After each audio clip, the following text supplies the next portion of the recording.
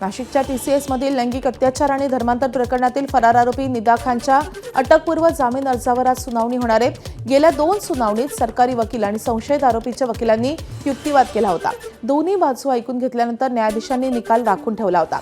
सध्या अटकेत असलेल्या संशयित आरोपींना निदा खाननं मदत केल्याचा आरोप आहे आणि त्यामुळे निदा खानला अटकपूर्व जामीन मिळणार की तो फेटाळला जाणार याकडे सर्वांचंच लक्ष असेल। तर याच TCS प्रकरणातील इतर 4 आरोपींच्या पोलीस कोठडीची मुदत आज संपतेय। या 4ही आरोपींना आज दुपारच्या सत्रात न्यायालयात हजर केलं जाईल। त्यामुळे या आरोपींना पुन्हा पोलीस कोठडी मिळणार का हे आजच्या सुनावणीतच स्पष्ट होईल। करमाळ्यातील भोंदूबाबा मनोहर मामा भोसलेचा दुसऱ्यांदा दिलेली पोलीस कोठडी आज संपणार आहे। मनोहर भोसलेला आज पुन्हा माढा न्यायालयात सादर केलं जाईल। दरम्यान मनोहर भोसलेवर करमाळ्यात दुसरा गुन्हा दाखल झाल्यानं त्याला पोलीस कोठडी मिळणार की न्यायालयीन कोठडी याचा निर्णय आज होईल। विमान उड्डाण करण्यास लागणाऱ्या इंधनाच्या दरात गेल्या काही दिवसांपासून भरमसाठ वाढ झाल्यानं मेटाकुटीला आलेल्या एअर इंडिया कंपनीनं एक मोठा निर्णय घेतलाय।